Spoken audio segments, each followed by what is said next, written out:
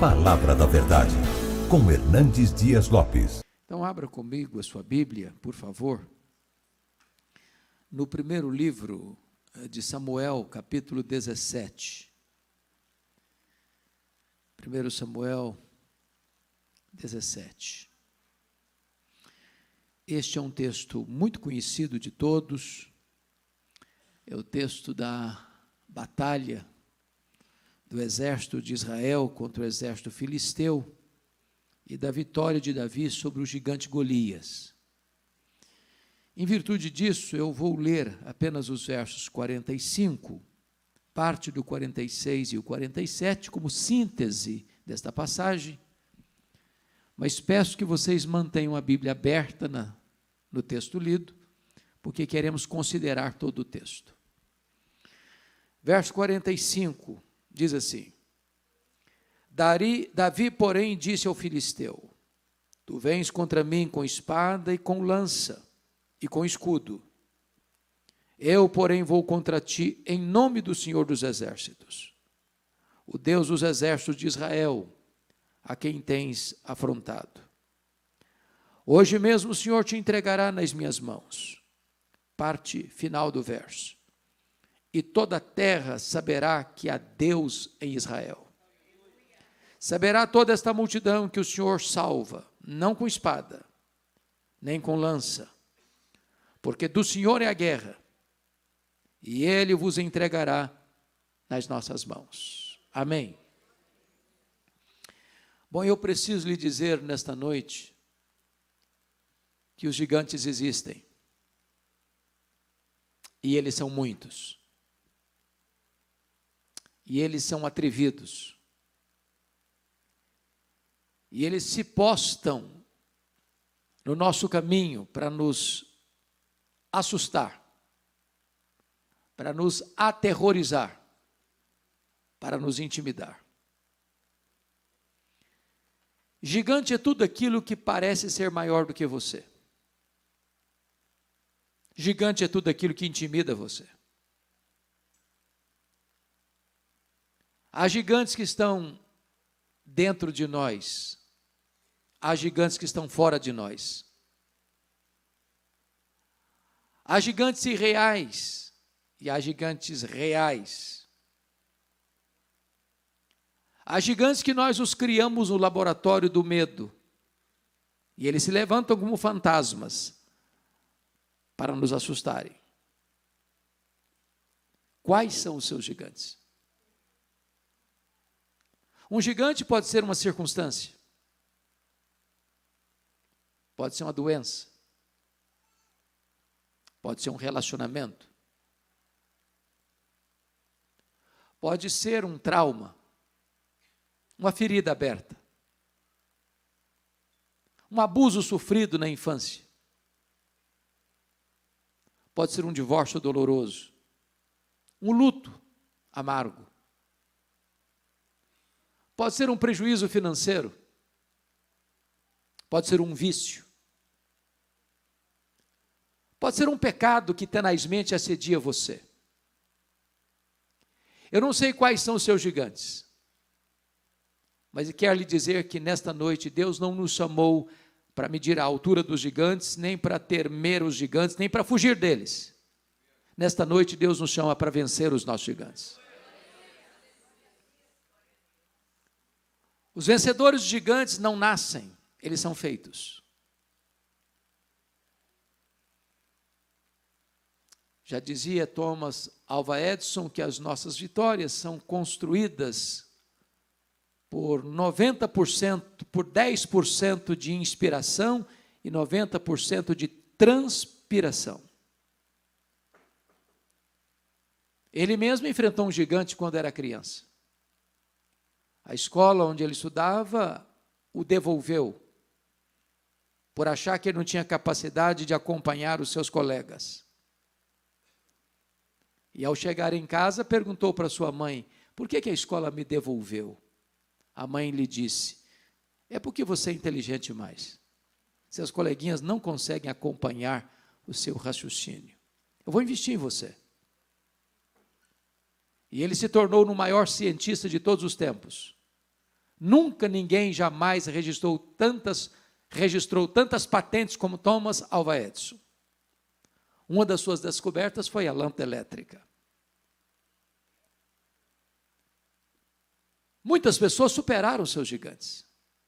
Eu fico imaginando John Milton, que ficou cego aos 50 anos de idade.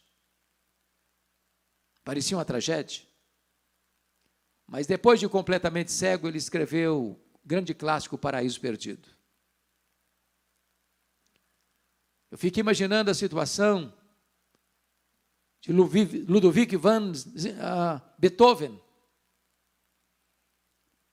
quando a sua mãe estava grávida dele, o médico recomendou que ela abortasse. Havia um problema de má formação genética. E a mãe resolveu manter a gravidez. E nasceu Ludwig van Beethoven, um músico de qualidades superlativas. Mas com o tempo ele foi lidando com a surdez progressiva e aos 46 anos ele fica completamente surdo. Parecia o fim para a carreira de um musicista.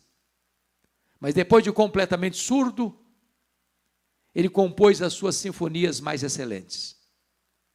Ele venceu o gigante da surdez, como John Milton vencera o gigante da cegueira. Mas chama a sua atenção para uma das pessoas que mais marcam a minha vida, particularmente, a grande poetisa Fanny Crosby. Esta foi a maior compositora evangélica de todos os tempos. Essa mulher compôs mais de 4.000 hinos.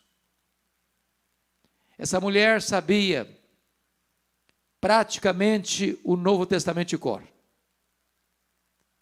Esta mulher viveu 92 anos. Essa mulher ficou cega na 6ª semana de vida. Viveu toda a sua vida na escuridão. Mas os hinos que ela compôs ainda nos edifica, nos consola e nos anima. Que segurança tem em Jesus, pois nele gozo paz, vida e luz. Quer estar ao pé da cruz, que tão rica fonte. Hinos de Fanny Crosby. Quais são seus gigantes? Hoje Deus nos trouxe nesta noite chuvosa, nesta santa casa, para nós vencermos os nossos gigantes. Esse texto fala de um enfrentamento, de uma conflagração, de uma guerra. Naquela época as batalhas eram confrontos pessoais. De um lado estava o exército de Israel, do outro lado estava o exército filisteu.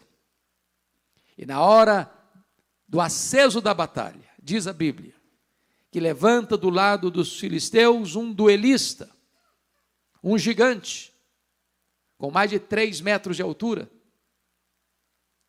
ostentando uma armadura que pesava mais de 60 quilos. A ponta da sua lança pesava mais de 6 quilos. À frente dele um flecheiro.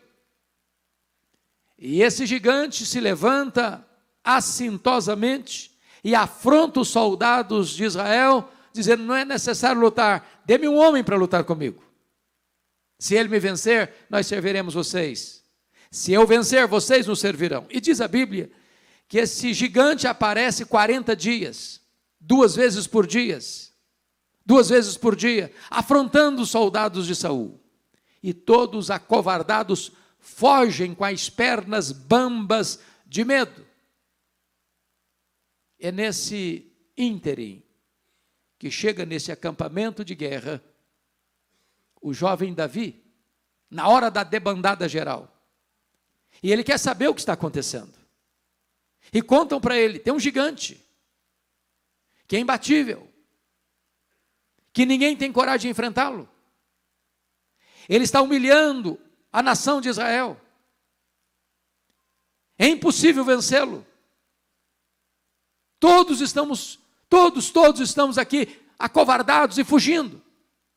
Então Davi pergunta: mas quem é esse incircunciso filisteu para afrontar os exércitos do Deus vivo? E Davi se dispôs a enfrentá-lo. E Davi se dispôs a vencê-lo. E é por isso que esse texto relata para nós quais são as marcas de um vencedor de gigantes. Com a Bíblia aberta comigo, peço que você confira quais são essas marcas. Em primeiro lugar, confira o verso 24. Todos os israelitas, vendo aquele homem, fugiram diante dele e temiam grandemente. E diziam uns aos outros, verso 25, vistes aquele homem que subiu? Pois subiu para afrontar a Israel. A primeira marca de um vencedor de gigantes é que ele não escuta a voz dos pessimistas. Quem nunca venceu um gigante vai dizer para você que é loucura enfrentar um. Quem nunca derrubou um gigante vai dizer para você é mais seguro você fugir. Os pessimistas se multiplicam como cogumelos. Eles estão por aí. Eles nos cercam. E eles estão tentando plantar medo no seu coração. E eles estão dizendo para você, não lute, não enfrente, não batalhe. Essa vitória está perdida. Essa causa não tem vitória para ela. É melhor render-se. É melhor fugir. É melhor jogar a toalha. É melhor desistir. Me permito ilustrar isso. A Bíblia conta a história dos 12 espias de Israel. Eles foram avistar a terra era boa, a terra manava leite e mel, a terra produzia frutos excelentes. Eles trouxeram esses frutos como evidência do relatório, mas 10 desses 12 espias disseram para Moisés, a terra é boa mesmo, mas lá tem cidades fortificadas. A terra é boa mesmo, mas lá tem gigantes. E aos olhos daqueles gigantes, nós somos como que gafanhotos. Aos nossos próprios olhos, nós somos gafanhotos. Príncipes, menos do que príncipes, menos do que homens, insetos. Assim que eles se viam. E a Bíblia diz que em virtude do pessimismo deles, da incredulidade deles, toda aquela geração morreu no deserto. Aproximadamente 2 milhões de pessoas. Saíram 600 mil homens, fora mulheres e crianças. Dessa geração toda, as únicas pessoas que entraram na terra prometida foram os 2 espias que disseram para Moisés, olha, se o Senhor se agradar de nós, nós podemos vencê-los. Então não escute a voz dos pessimistas. Não abra os seus ouvidos para escutar os arautos do caos. Não abra os seus ouvidos para escutar os profetas da incredulidade. Você não depende das aparências ou das circunstâncias para vencer. A sua vitória vem de Deus, a sua força vem de Deus, e quem nos dá a vitória é Deus. Se você está agindo em nome de Deus e batalhando em nome de Deus, a vitória já está lavrada para a sua vida.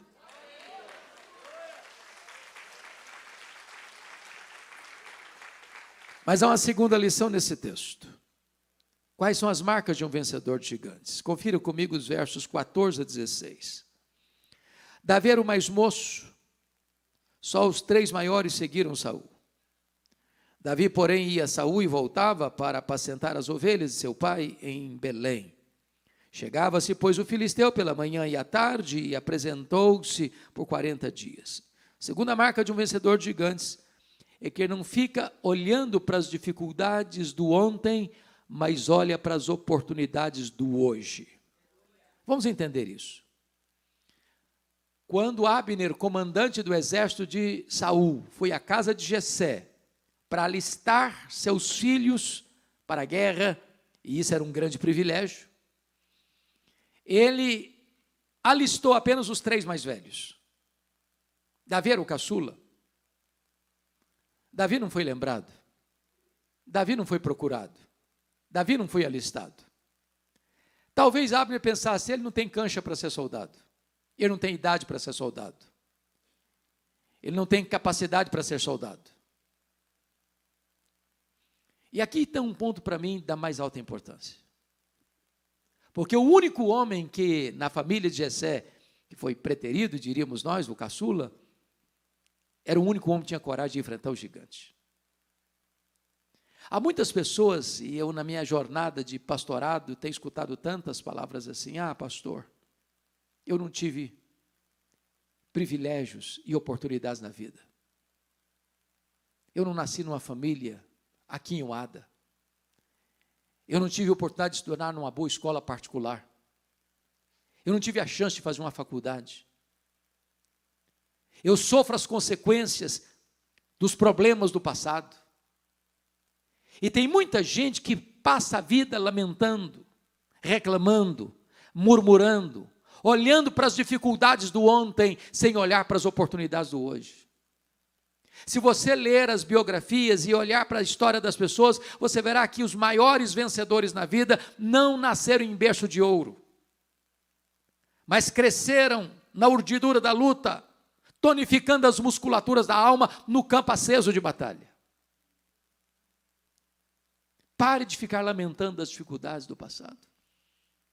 Pare de murmurar sobre as dificuldades que você enfrentou ontem. Ah, ninguém acredita em mim. Ah, ninguém acredita nos meus dons. Ah, ninguém acredita nos meus talentos. Ah, ninguém nunca me chamou para fazer nada de relevante. Entenda uma coisa, os problemas do passado não são desculpas para você olhar as oportunidades que Deus coloca diante de você hoje. As portas abertas que Deus coloca diante de você hoje.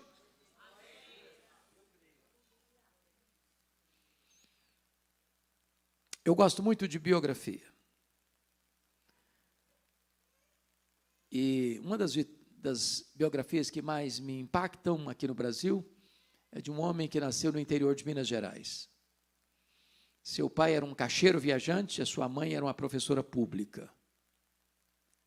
Seu pai morre quando ele era ainda criança e a mãe não tinha condições, por causa do pequeno salário, que infelizmente até hoje os professores públicos recebem, não tinha condições de manter o filho nos estudos, fora da cidade onde ele tinha nascido.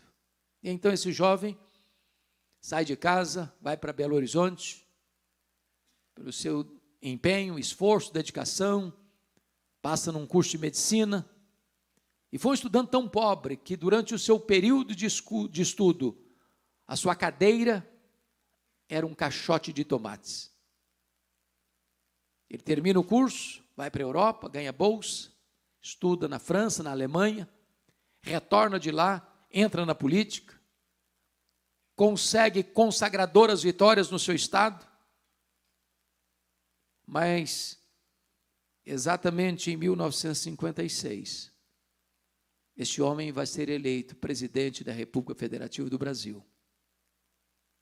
E em 1960, ele inaugura no Cerrado Brasileiro a capital da República, a cidade de Brasília, Juscelino Kubitschek. Se esse homem ficasse olhando as dificuldades do seu passado, ele jamais teria alçado voos rumo ao futuro.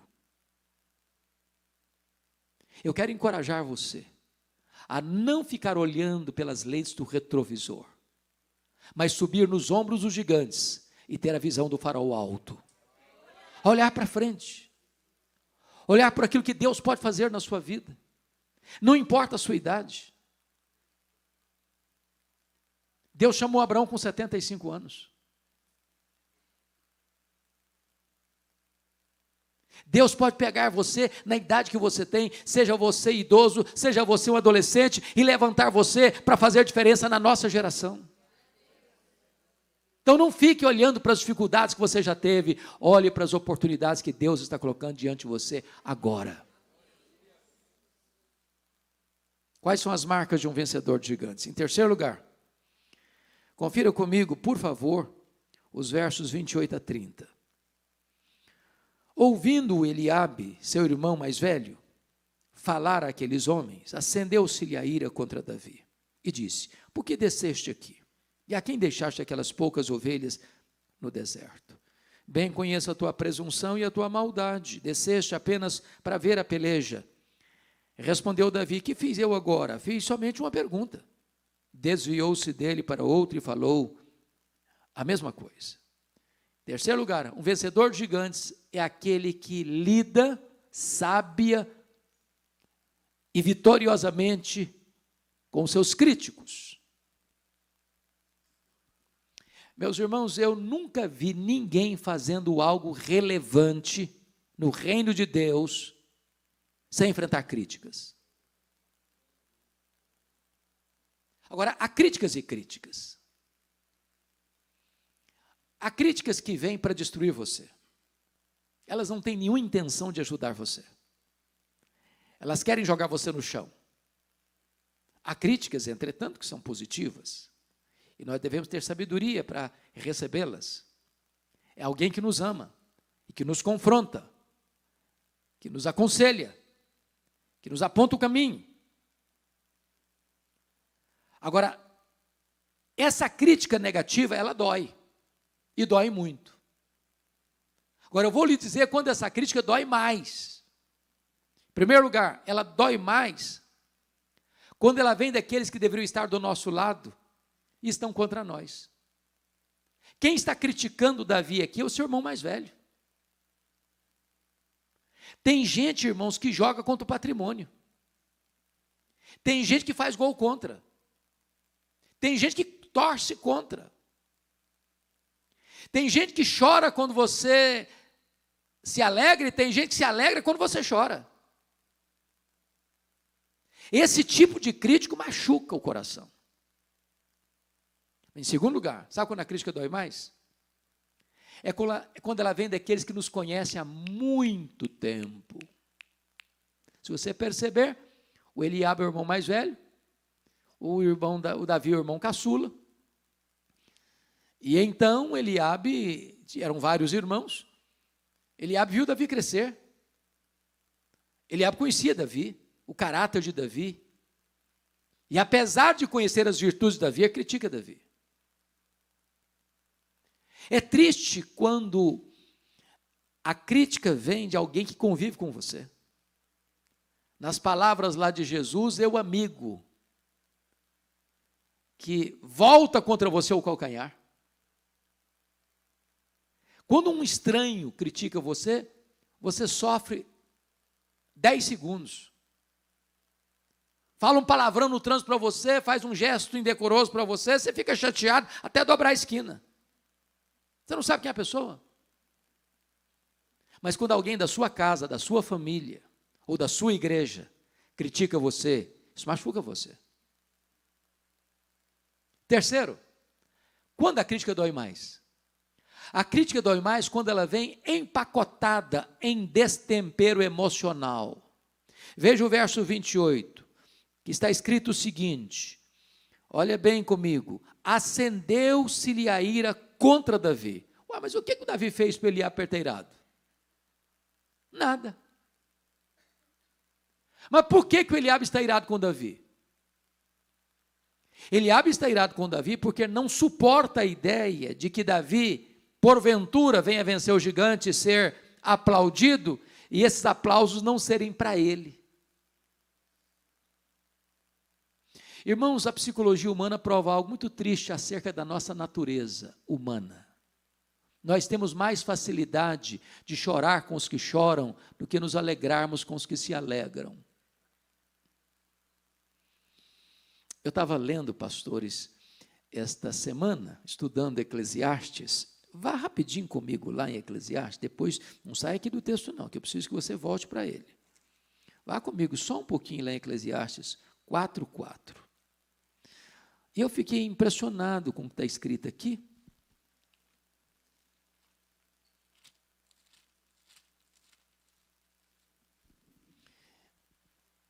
E chama a sua atenção para isso. Eclesiastes 4:4 diz assim: então vi que todo o trabalho e toda destreza em obras provém da inveja do homem contra o seu próximo. O que Salomão está diagnosticando no coração do homem que vive debaixo do sol, nessa vida apenas no horizonte humano, é que as pessoas trabalham, empreendem, ganham dinheiro, compram casa, apartamento, carro, sítios, fazendas, porque elas querem concorrer com alguém. Elas querem ser melhor que alguém, maior que alguém, mais rico que alguém, ter mais fortuna que alguém, ter um carro mais bonito que alguém, ter uma casa mais bonita que alguém. É a competição. As pessoas não têm prazer em ouvir, olha, Deus está abençoando a minha vida. Ih, está abençoando, mas está abençoando, né?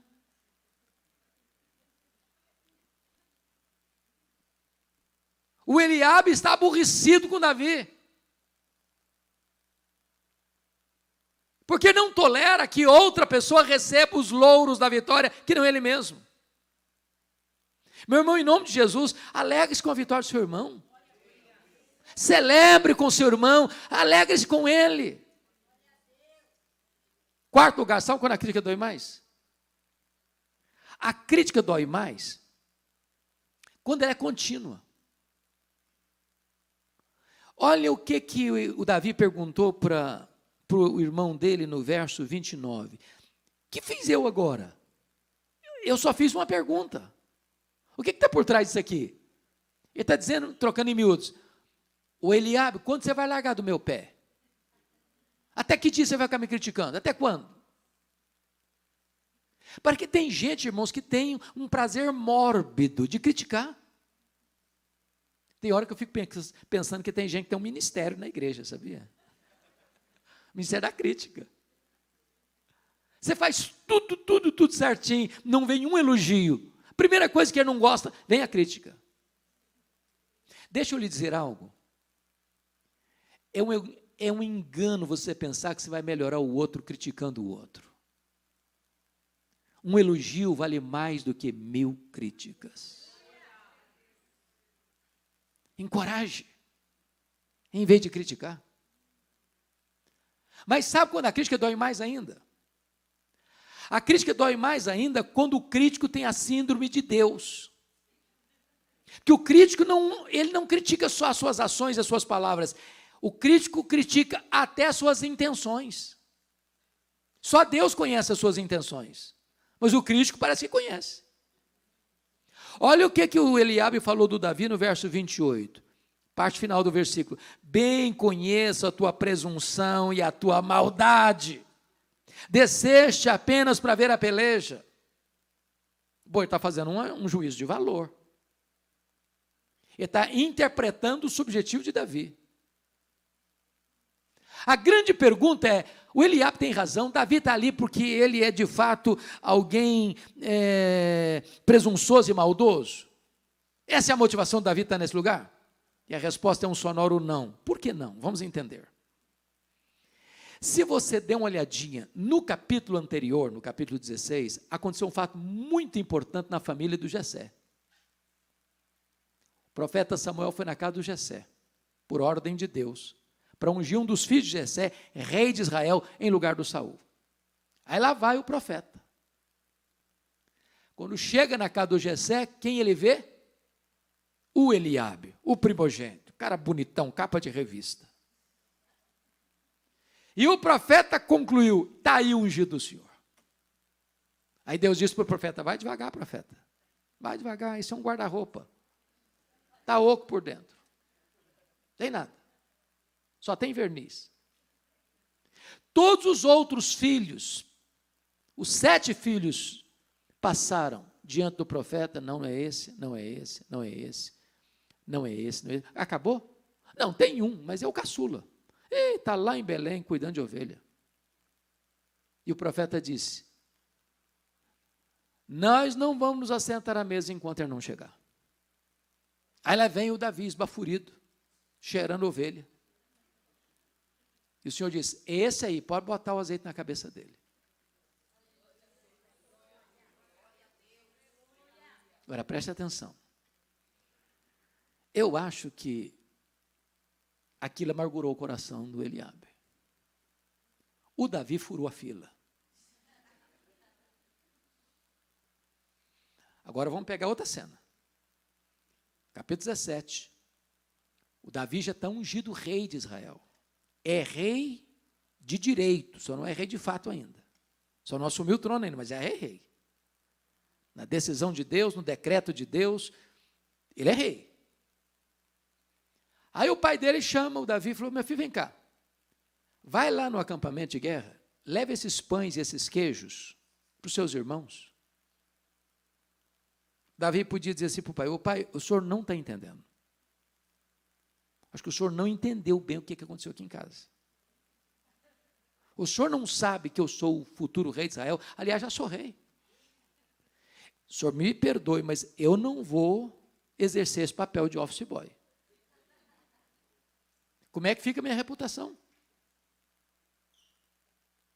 O povo me vendo com um embornal cheio de pão e de queijo. Ah, não, eu não vou não, o senhor arranja outro, agora eu tenho que manter a pose. Portanto, quando Davi se submete ao seu pai e vai àquele acampamento levando pães e queijo, ele está sendo humilde e não presunçoso. Agora, o crítico vê em você virtude e transforma a virtude sua em defeito. Sabe por quê? Porque o crítico não tem coragem de enfrentar os seus próprios problemas, então ele transfere os problemas dele para você e critica em você o que ele não tem coragem de enfrentar nele mesmo.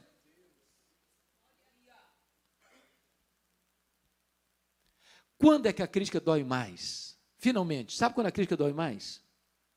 É quando o crítico tenta e visa humilhar você em público. Olha o verso 28.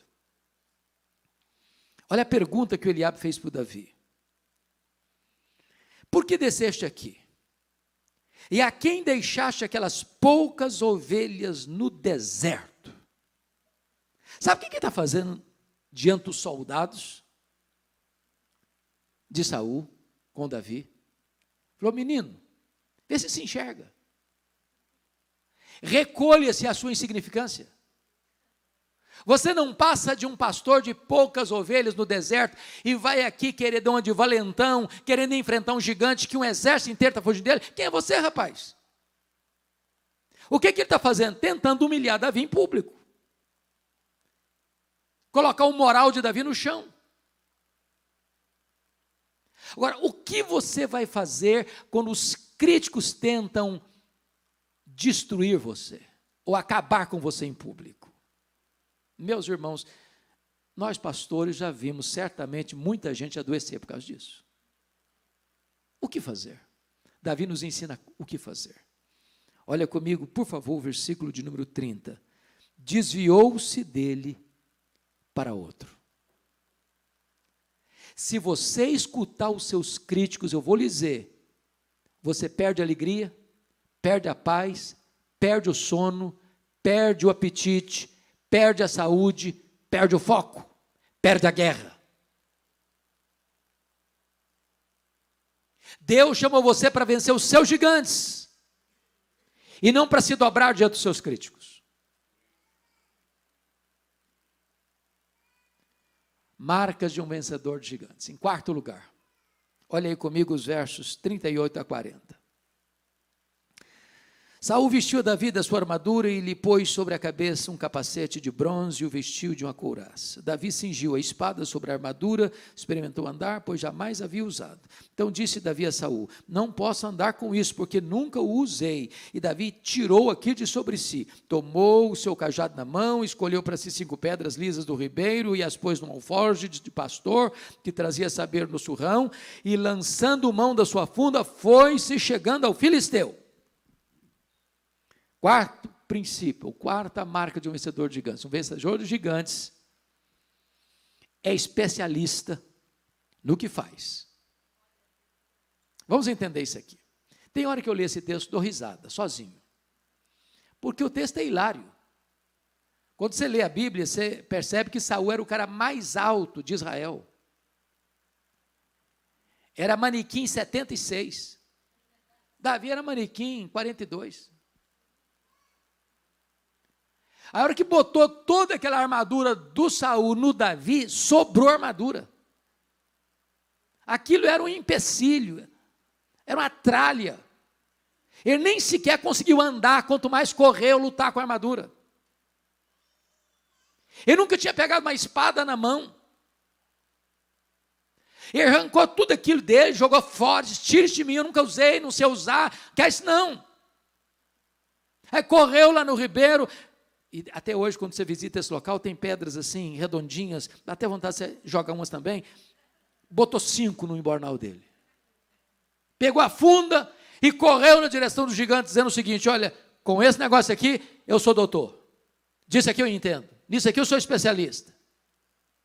Eu sou capaz de acertar um fio de cabelo, quanto mais a testa de um gigante. O que Davi está nos ensinando aqui? Que não adianta você usar roupa de rei sem ser rei. Você não foi chamado para ser igual fulano ou beltrano. Deus só fez você igual a você. Se você não for você, ninguém mais vai ser.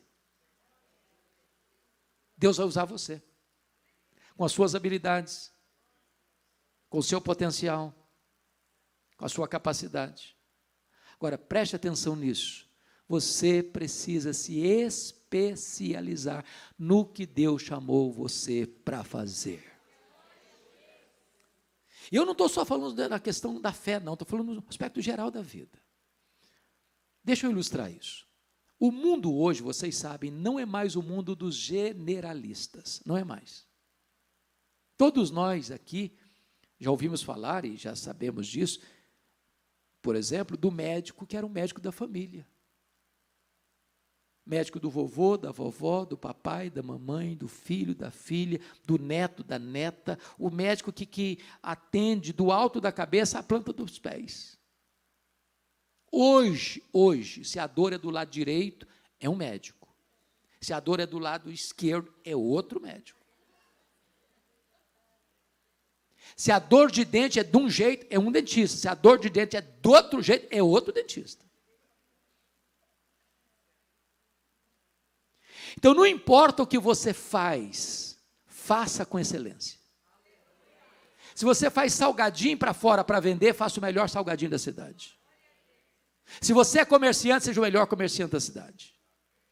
Se você trabalha na indústria, trabalhe da melhor maneira na cidade.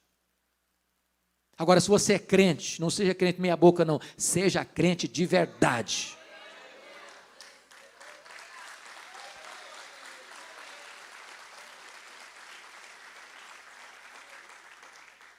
Quinta marca de um vencedor de gigantes.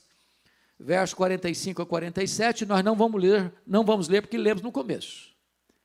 A quinta marca de um vencedor de gigantes é que ele compreende e declara que a vitória vem de Deus.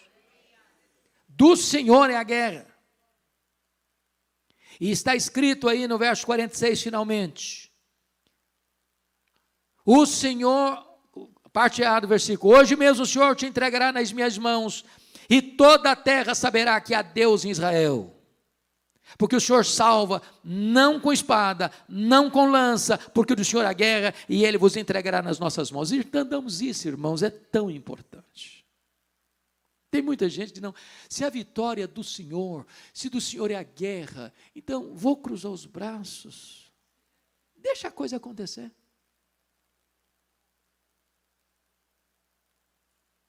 E tem gente que tenta botar nas costas da soberania de Deus aquilo que é da sua responsabilidade.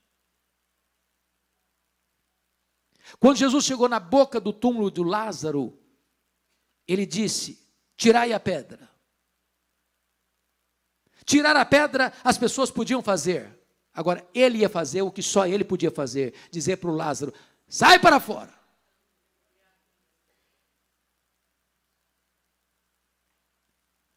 O fato de Deus fazer, o fato de a vitória vir de Deus, não isenta nem você nem a mim de nos prepararmos, de orarmos, de lermos a Bíblia, de vivermos uma vida santa, uma vida piedosa, uma vida de entrega, uma vida de obediência, uma vida de fidelidade. Irmãos amados, a vitória não vem porque somos fortes, porque somos capazes. Davi não entende que a vitória veio porque ele é habilidoso, porque ele sabe jogar pedra, porque ele sabe derrubar gigante. Não. Ele entende uma coisa, ele está preparado, ele tem coragem, ele tem fé, ele tem confiança em Deus, mas a vitória não vem dele, a vitória vem de Deus, porque toda a glória deve pertencer a Deus. Não há espaço para vaidade, não há espaço para soberba, não há espaço para aplausos humanos. A glória só pertence a Deus.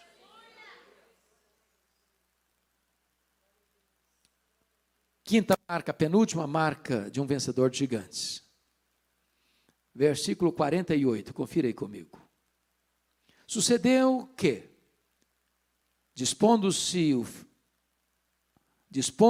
o filisteu a encontrar-se com Davi, este se apressou e, deixando as suas fileiras, correu de encontro ao filisteu. A quinta marca de um vencedor é que ele tem pressa para vencer. Se você compara o verso 48 com o 24, você vai perceber que enquanto os homens, os israelitas, os soldados de Saul, fugiam de diante do gigante, Davi correu de encontro ao gigante. Não foge, enfrenta. Não se acovarda, tem pressa. E sabe, irmãos, aqui tem um ponto tão importante. Porque há muitas batalhas na vida e há muitos gigantes na vida que precisam ser enfrentados e a gente vai adiando essa luta. É aquela conversa, é aquele confronto, é aquela decisão. Vai empurrando com a barriga, vai jogando debaixo do tapete, vai postergando a decisão. E tem coisas na vida que, se você não agir já, elas vão encroando, passando do ponto.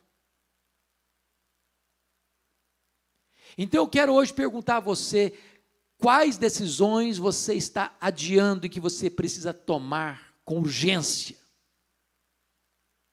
Em vez de ficar fugindo, acovardado, tomar a decisão de hoje mesmo. Em vez de ficar fugindo, você correr com pressa para enfrentar o problema, para vencer o problema, para resolver o problema.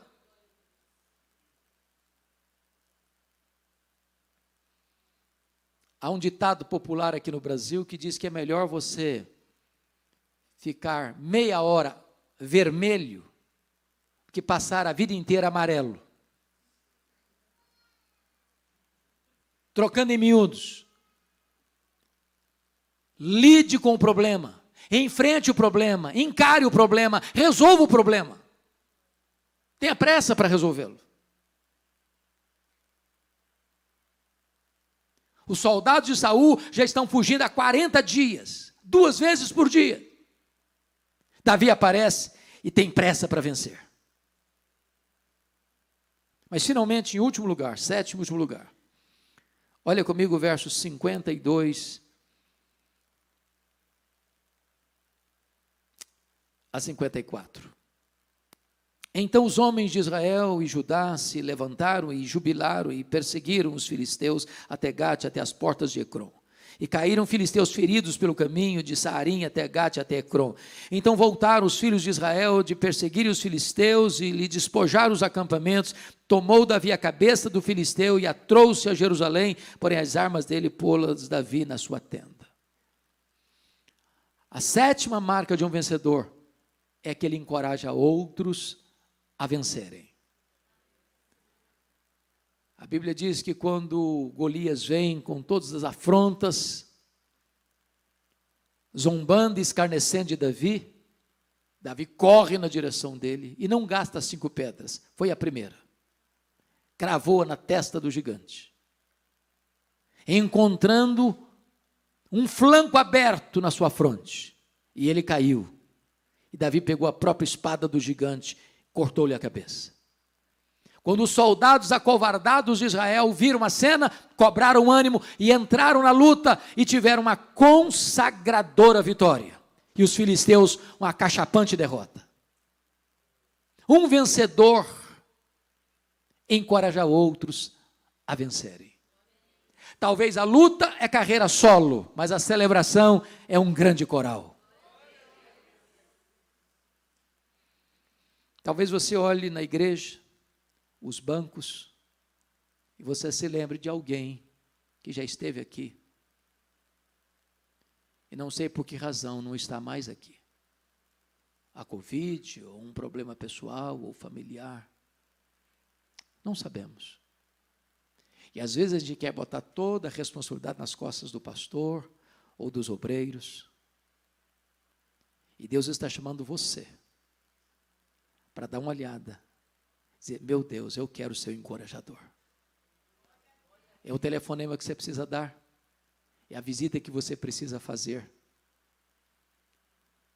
É aquele aconselhamento que você pode fazer. Para dizer, vamos lá, conta comigo, estou do seu lado, vamos juntos, vamos nos levantar, vamos caminhar juntos, vamos fazer a obra, vamos dar as mãos. Me permita ilustrar isso para encerrar. Uma das coisas mais impressionantes que eu já ouvi na modalidade esportiva foi numa Paralimpíada que aconteceu na cidade de Seattle, nos Estados Unidos. A modalidade queria encerrar aquela maratona, aquela Olimpíada, Paralimpíada, era a corrida de jovens no estádio, meninas deficientes. E havia uma que era apontada como a forte candidata a sagrar-se campeã e ganhar a medalha de ouro.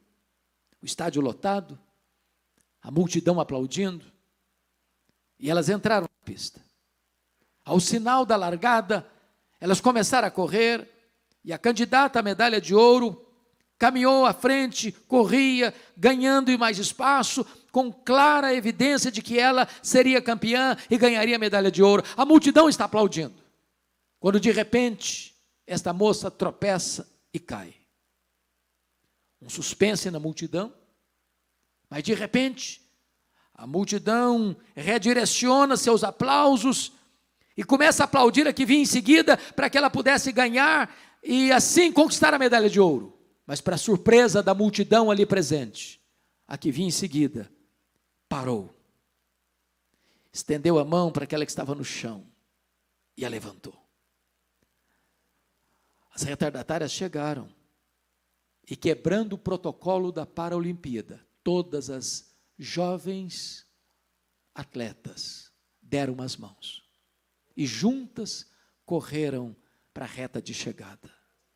O estádio, pasmo, aplaudiu ruidosamente e o mundo inteiro aprendeu uma grande lição.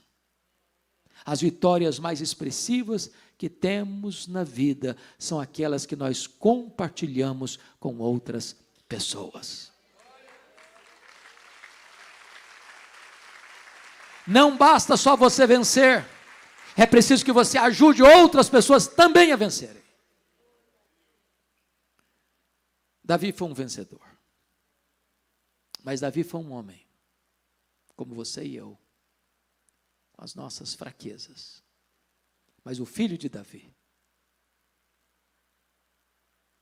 o rebento de Jessé, o nosso glorioso Redentor, é o vencedor invicto em todas as batalhas. Ele venceu o diabo, ele venceu o pecado, ele venceu a morte. E como já foi dito neste culto, se você está em Cristo, você já é mais do que vencedor.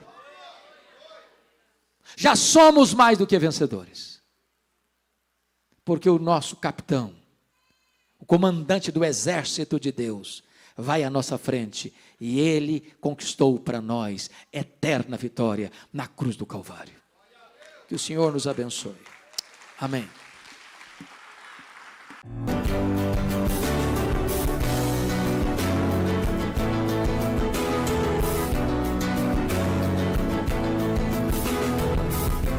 Palavra da Verdade, com Hernandes Dias Lopes.